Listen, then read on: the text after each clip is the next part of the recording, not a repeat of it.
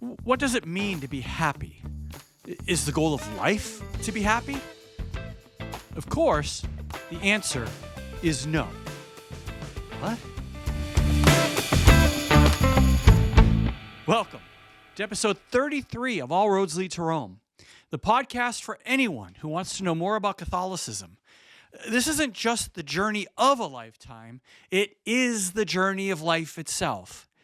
If you want to become a true roadie here and be on this road to Rome, visit our website, allroadsleadtorome.net. That's right, .net, to get the full roadmap of our journey. You can sign up for our newsletter, connect with us on social media, reach out to me personally, and even become a patron who makes all of this magic happen. I'm Dr. Bickford, and in this episode, we're going to explore the difference between happiness and holiness. When you ask most people today what their goal in life is, very few people will say, "Oh, I wish I could spend more time at the office," or "Boy, I wish I could relive those struggles I went through when I first lived on my own." What do people actually say their goal in life is? They say, "I want to be happy." But what is happy? I suspect that for many people, it means being comfortable.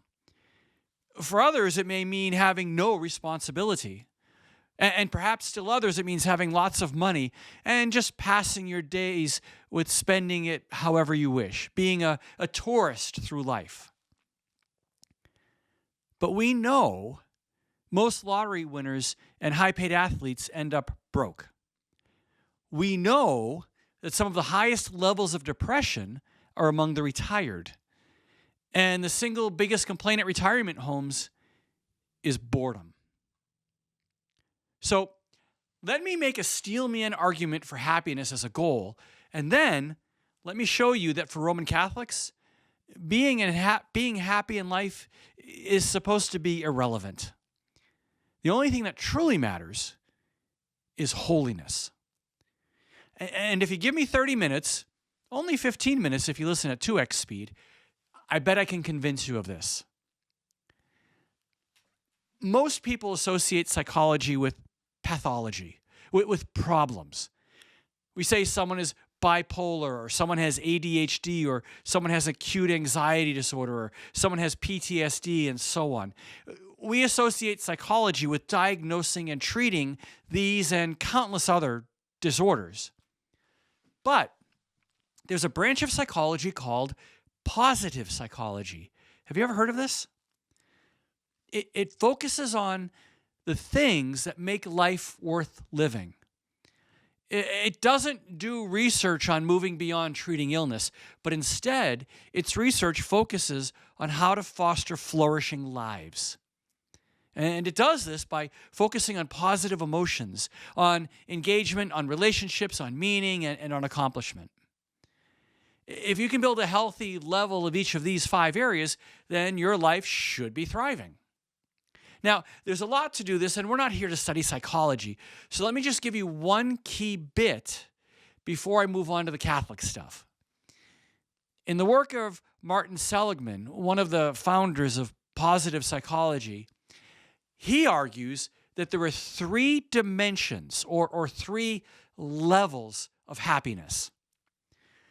First, there is the pleasant life, and this focuses on pleasure. A nice restaurant, a good movie, going to a great sporting event, and so on. Things that make you feel really good in the moment, but tend to be short-lived. And most of our hedonistic stuff falls into this category. We're looking for short-term dopamine hits that give us a moment of pleasure. Certainly, all of us with our phone addictions are manifesting the pleasant life as we spend all that time on our phones. So that's the pleasant life. Then the next level is there is the good life, and this is focused on a sense of accomplishment. You graduate from college after 4 years of working hard. You run a marathon that you've been training a long time for. You get a job that requires skills you've spent years developing and honing, and so on. Working hard over a period of time and achieving something gives you a sense of accomplishment or a sense of fulfillment. So first there is the pleasurable life, then there is the good life or the fulfilled life, and then finally there is the meaningful life. In a meaningful life, you have a sense of purpose, of belonging, and of meaning. But when you think about your life and who you are, it is these sorts of things you focus on. People that are into Stoicism really, really try to focus on the meaningful life stuff. But wait, what are the things that give you a meaningful life? Can you tell me off the top of your head what makes a meaningful life for you? Probably not. If a meaningful life is so important, could 10 of us come up with a definition that we can all agree on? For non-Catholics, the answer is pretty unlikely. And the reason is that they live within a philosophical construct called nominalism. Now, this was the focus of episode 2, and I cannot overstate how important this stuff is. You probably mocked me when you heard episode 2. What do we need this for? What is all this stuff about? But it keeps coming up again and again in this podcast. If you didn't slog your way through it, the episode on nominalism versus realism, it's a very important foundational understanding of things. So, in nominalism, which is at the very center of postmodernism that we currently live in, the belief is that there's no such thing as absolute truth. Truth is whatever you define it to be. And your truth can be different from mine. And it doesn't work. Let's be honest. When you define your own truth, you tend to go easy on yourself. If you don't believe me, I'll give you the obvious example.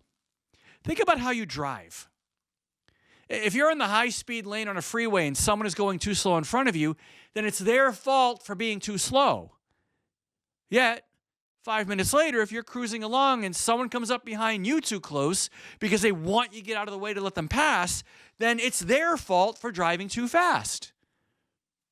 Admit it, you know who you are. If you're working on a group project and someone else misses a deadline, you might think they're irresponsible, they're not committed. But if you miss a deadline, you might justify it by saying, well, I had too much on my plate this week. It's understandable. You know, I never personally liked group projects because I always felt like I did more work than everybody else in the group. But that's for another day. All right, let me give you one more example. If a colleague makes a mistake on a report, you might see it as carelessness. If you make a similar mistake, you might explain it by saying, well, it was a busy day, anyone could have missed that detail. Why does this happen? The phenomenon is a simple one. We tend to give ourselves the benefit of the doubt, but we hold others to the letter of the law. Now think about that. We tend to give ourselves the benefit of the doubt, but we hold others to the letter of the law. So, am I going to define a meaningful life for me as a difficult challenge that I might not be able to accomplish? Or am I going to take the easy way out and then fudge it a bit if I don't hold to my values? Do you see what's going on? What it all comes down to is that we are terrible judges of ourselves. And you know I'm right. You know this is true. In episode 2, I shared one of Aesop's fables. Remember those? They came from ancient Greece, and they're stories that teach deep lessons about human nature. And the one I cited was called The Fox and the Grapes. And I'd like to repeat it in this episode. One day, a fox saw a beautiful bunch of ripe grapes hanging from a vine that was wound around a tree. The fox really wanted them, and he jumped up to try to grab them, but they were just out of reach. So he backed up, got a running start, and he came up short again. Again and again he tried, but he couldn't reach them. He then sat down exhausted and looked at the grapes in disgust and said, "What a fool I am. I'm wearing myself out for a bunch of sour grapes that aren't even worth the effort of going after." And then off he walked, disgusted by the grapes. What's the moral of the story? Sometimes when we can't get what we want, we rationalize an excuse for not wanting it in the first place. It's a very human tendency, and one that can be easily used in an anomalist approach. In the book of Genesis, the story of Cain and Abel is making the exact same point. Both Cain and Abel want to please God and live right. Abel is willing to put the work in and succeeds. Cain is not taking it seriously. He's not willing to do what is necessary, and he fails. And how does Cain react to his failure? Does he try harder? Does he straighten out his life? Does he get his act together? No. He develops a hatred for his brother, a murderous hatred. Why does he do this? He does it because it's easier to blame Abel for his success than for Cain to accept blame for his own failure. This, my friends, is an important part of human nature. Positive psychology doesn't factor that in. Utopian political ideologies don't factor that in. And most individuals don't factor that in. Do you see this? Good. So, the next question is, if we cannot define meaning on our own, how do we define it? Ha! I'm so glad you asked. In episode 2, the alternative to nominalism is something called epistemic realism. I know that's a long term.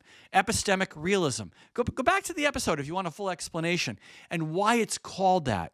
But for our purposes here today, what you need to know is that it believes in something called absolute truth.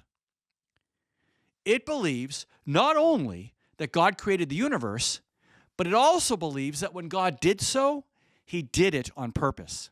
And even more surprising, he did it for a purpose. Now, if God created the universe for a purpose, then all we need to do to understand that is to understand that purpose. And then if we can understand that purpose, we can find the meaning of our lives. If you want an academic term for this, why not? I'll give you another term. It's called teleology. It's a hard word because when you read it quickly, it looks like theology. Theology is the study of God, which is what we're doing. Teleology looks at what the final purpose of things is. If something is fulfilling its final purpose, then we say, by definition, that it's flourishing. So, if you have two apple trees, one is laden with apples and the other is scrawny and has no apples, which one is apple treeing better than the other? In other words, which one is flourishing? Well, the one with the apples, because that is the final purpose of an apple tree. I'll give you another example. If you're raising two pigeons, and one learns how to fly, how to build a nest, and how to trick people out of food, and the other one just walks around and gets easily lost, then which one is pigeoning better than the other? Which one is flourishing? Well, it's the first one, of course. So if you have two people, what are the signs that someone is peopling better than the other? What is the evidence that shows whether one is flourishing more than the other as a human? Do you know what the answer to that is? For the Catholic Church, the answer is easy. And it's one everyone agrees on, and it's one that anyone can achieve. Do you know what that is? It's holiness.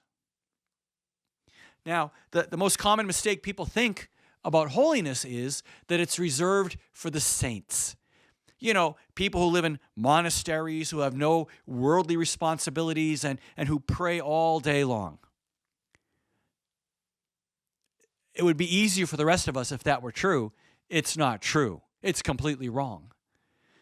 At the Second Vatican Council, the Church reiterated what it has always believed, that we all participate in what is called a universal call to holiness. Every baptized person has the same call, the same destiny in life, and the same teleology.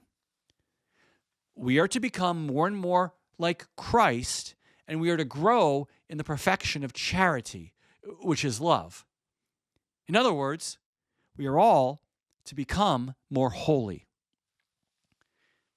To put it in the language of the Catechism, we read this in paragraph 2013 in the Catechism. Quote, all Christians in any state or walk of life are called to the fullness of Christian life and to the perfection of charity.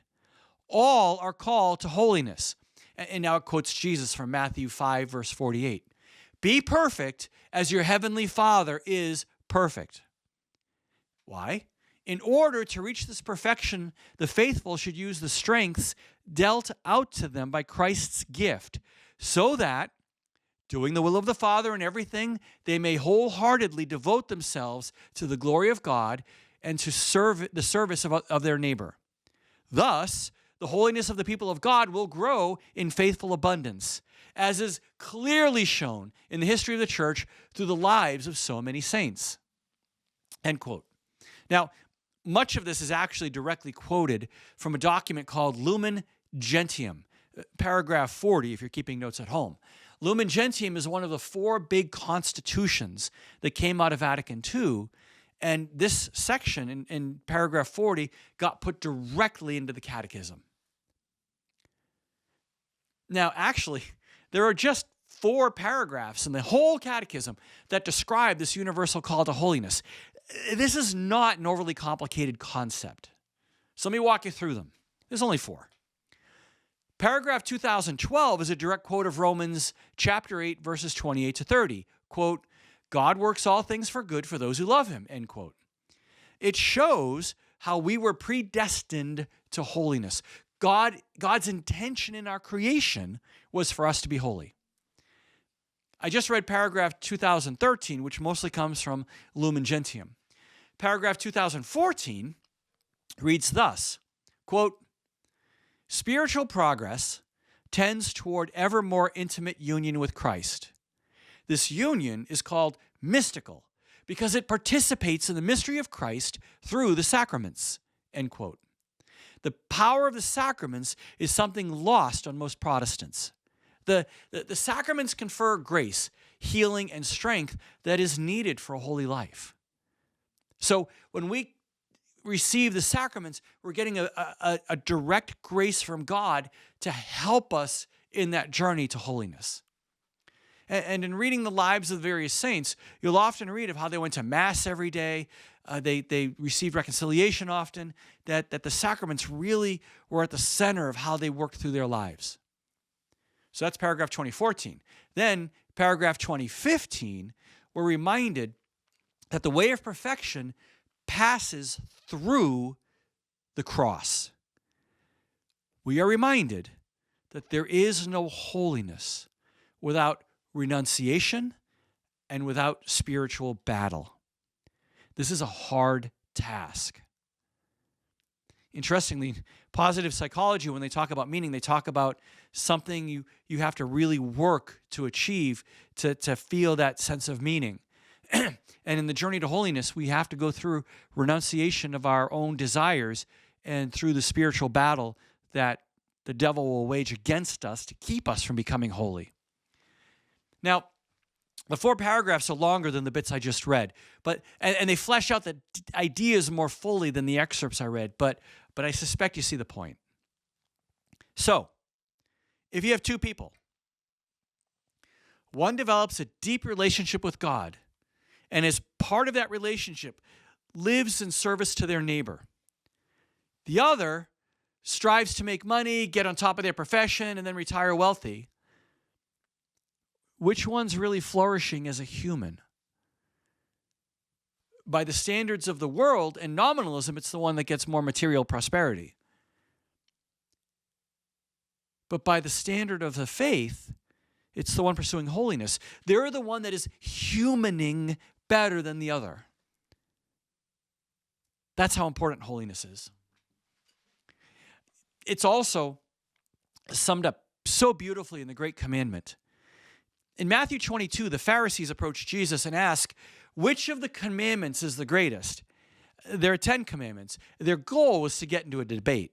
Whatever one of the 10 Jesus picked, they were going to try to argue it was a different one that was more important. It didn't matter which one he picked. They just wanted to get into an argument and see if they could out-argue him. So instead of playing their game, he gives them a summary of all 10 and then ups the ante. Starting in verse 36, we read this. And it's the Pharisees speaking first. Teacher, which commandment in the law is the greatest? Jesus said to him, you shall love the Lord your God with all your heart and with all your soul and with all your mind. This is the greatest and first commandment. And the second is like it. You shall love your neighbor and yourself. On these two commandments hang all the law and the prophets. End quote.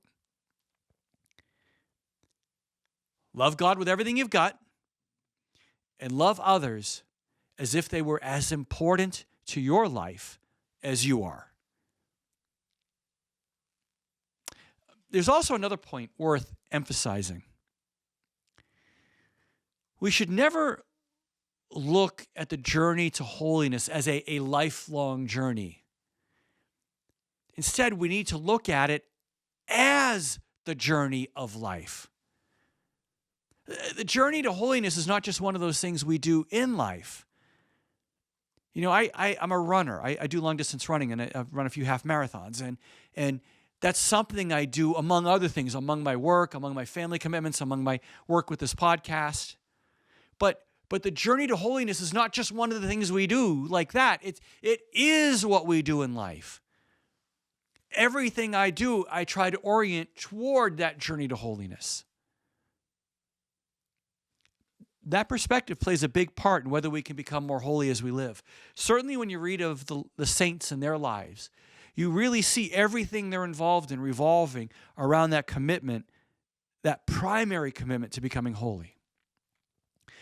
The next question is that if we commit to holiness, what are the signs of it that will show up in daily life for us? Well, holiness involves perseverance, patience, meekness, joy, humor, passion, involvement with others, and constant prayer. It's not about being in control. God is in control. We have to give up control. It's not about getting what we want, but about committing to what God wants. We don't decide what we want to do and say, God, please bless what I'm doing. We instead say to God, tell me what you want me to do. Tell me what you will bless so that I can then go do that. And it's not about our comfort. It's about sacrificial living for others. So, in essence, the journey of holiness is giving up our free will to follow God's will. Or, as we ask for in the Lord's Prayer, thy will be done on earth as it is in heaven. I hope this makes sense. You don't look confused. You're looking pretty good with all this. I'm glad to see this.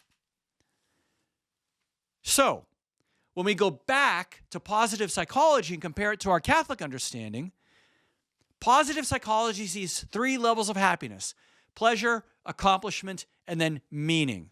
Pleasure is good, but it's insufficient. It's too short term. Accomplishment matters, but it cannot save you.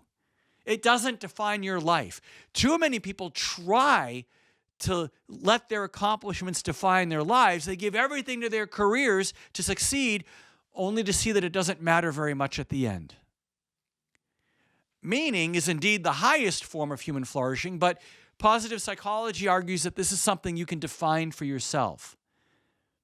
And I hope my little excursion on nominalism has shown you that we cannot possibly be objective about this. It can't be defined by you and me. It has to be defined by God. And then we receive this through the church, and we are to pursue a life of holiness with the help of the church. After all, it's the church that dispenses the sacraments. We find our ultimate meaning in God, not in ourselves. Let me repeat that last sentence. We find our ultimate meaning in God, not in ourselves. In that vein, I'd like to share with you a quote from St. Nicholas of Flue. He was a 15th century Swiss hermit who really caught this. He really understood it. And this was his prayer. My Lord and my God, take from me everything that distances me from you. If it takes me away from you, take it away from me. My Lord and my God, give me everything that brings me closer to you. End quote. That'd make a great bumper sticker. My Lord and my God, give me everything that brings me closer to you. That, my friends, is the pursuit of a holy life. And I just want to say, if this podcast is really helping you along your spiritual journey, please consider becoming a patron and help us continue and expand our mission. Visit the website, allroadsleadtorome.net, to learn more. That will keep this podcast going and growing for a long time to come.